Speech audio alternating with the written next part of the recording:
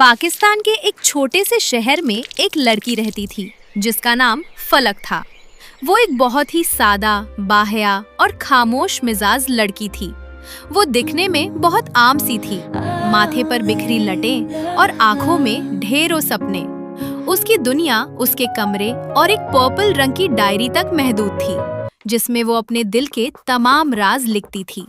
फलक Korean singer ली सो हो की बहुत बड़ी फैन थी, लेकिन उसकी पसंदीदगी कोई वक्ती जुनून नहीं बल्कि एक गहरी अकीदत थी।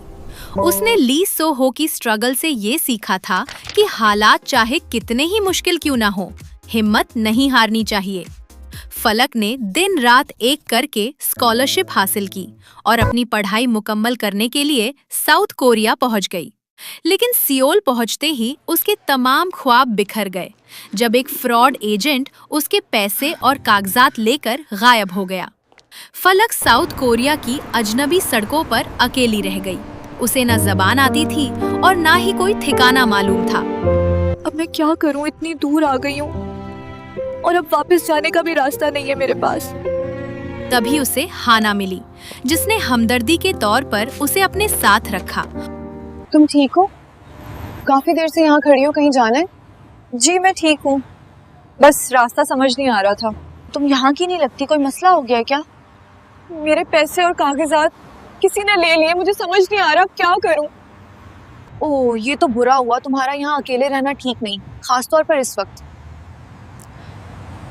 मैं यहाँ किसी को नहीं जानती। अगर तुम चाहो तो मेरे साथ आ सकती हो। एक जगह है जहाँ काम भी मिल सकता है और रहने का भी बंदोबस्त हो जाएगा।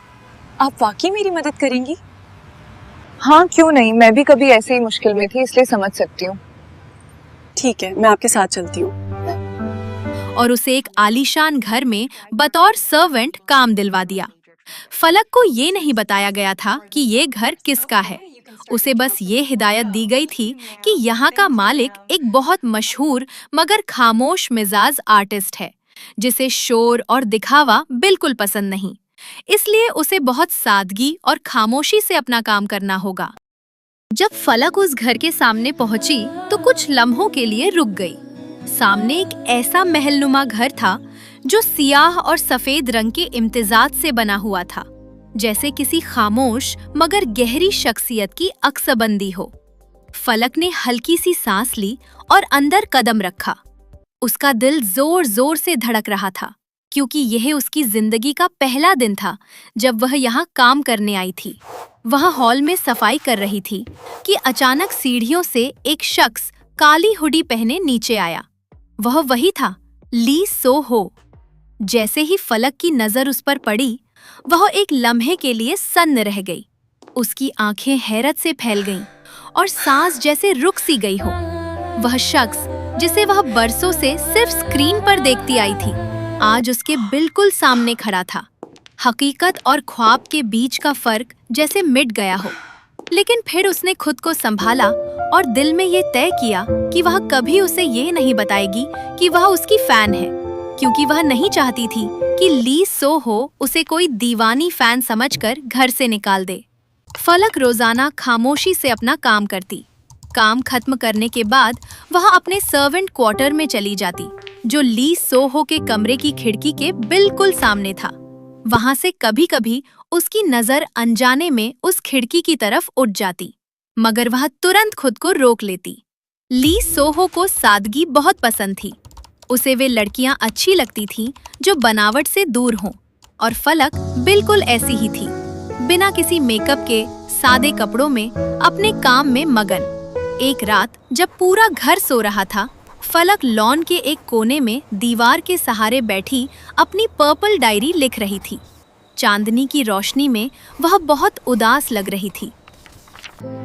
अचानक मैनेजर की आवाज आई और फलक घबरा गई और अपनी डायरी वही भूल गई। थोड़ी देर बाद ली सो हो वहां से गुजरा तो उसे वहां पर्पल डायरी मिल गई। उसने पहला पन्ना खोला तो वहां अपनी ही हाथ से बनी तस्वीर देखी। ली सो हो के माथे पर बल पड़ गए। वह उसे अपने कमरे में ले गया और ट्रांसलेशन ऐप के जरिए उसे पढ़ने लगा। पहले तो वह फलक की गहरी बातों से बहुत मुतासिर हुआ, लेकिन फिर उसे लगा कि फलक शायद जानबूझकर उसके घर में नौकरी कर रही है ताकि उसके करीब रह सके। उसे अपने निजी घर में फैंस का होना सख्त नापसंद था। उसने खिड़की से बाहर देखा। फलक पागलों की तरह लॉन में घास छान रही थी। वो रो रही थी और बड़बड़ा रही थी। या अल्लाह, मेरी डायरी मिल जाए। अगर वो किसी के हाथ लग गई तो मेरी जॉब चली जाएगी। अगले दिन ली सोहो ने फलक को अपने स्टूडियो में बुलाया। वह गुस्से में लग रहा था। उसने वह पर्पल डायरी फलक के सामने रख दी। तुम फैन हो? तुमने ये बात मुझसे क्यों छुपाई? मुझे अपने जाती घर में फैंस का हुजूम नहीं चाहिए। सर, मेरा मकसद आपको परेशान करना नहीं था। मैं बस मजबूर थी और हुआ। मुझे कोई सफाइयां नहीं चाहिए। तुम अभी इसी वक्त यहाँ से चली जाओ। फिर गुस्से में उसे डस्टबिन में फेंक दिया और वहां से चला गया। फलक की आंखों में आंसू आ गए। उसे अपनी मोहब्बत की तौहीन पर दुख हुआ, लेकिन उसने अपनी इज्जत नफ्स को मुकद्दम रखा। वह अपनी डायरी वहीं छोड़कर खामोशी से घर से निकल गई। तुम बिन मैं देखूं तो क्या से क्या हो बैठी, तुमको जो खोया तो खुद को भी मैं खो बैठी। आँखों में धुंधली अपनी ही परछाई, जिस दिन से तुम रूठे रातें भी घबराई। तुम मुझको ढूंढो तो मैं फिर से खिल जाऊं, टूटे हुए रास्तों से अपने घर आ जाऊं। दिल ने जो सीखा है अब वो मैं कह दूंगी, खोकर भी इस दुनिया में मैं फिर से रह दूंगी। उसकी दोस्त हाना ने उसे एक छोटे से रेस्टोरेंट में वेट्रेस की नौकरी दिलवा दी, जहां फलक ने अपना नया सफर शुरू किया और सब कुछ भुलाकर अपने काम में लग गई। कई महीने गुजर गए। एक शाम फलक रेस्टोरेंट से काम खत्म करके सियोल की एक सड़क से गुजर रही थी कि उसमें देखा कि एक दुकान से मास्क पहने एक शख्स बाहर निकल रहा है। वह ली सोहो था। उसी लम्हे एक शकी आदमी ने उस पर निशाना लगाया। फलक ने बिना सोचे समझे चिल्लाया, हट जाइए, और दौड़कर ली सोहो के सामने आ गई। गोली उसके बाजू को हल्का सा छूती हुई निकल गई। ली सोहो दंग रह गया। उसने हमलावर को भागते देखा और फिर गिरती हुई फलक को संभाला। वह उसे फौरन अस्पताल ले गया। इलाज के बाद अपने घर ले आया।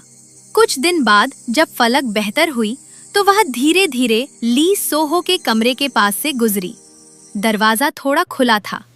उसने देखा कि उसकी पर्पल डायरी मेज पर रखी है।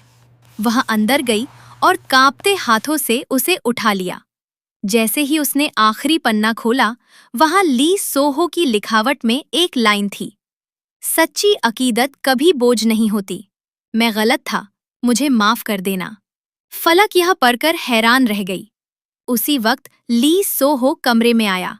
फलक घबरा गई और डायरी सीने से लगा ली। मैं बस अपनी ये डायरी लेने आई थी। अब मैं ठीक हूँ, मुझे यहाँ से जाना चाहिए।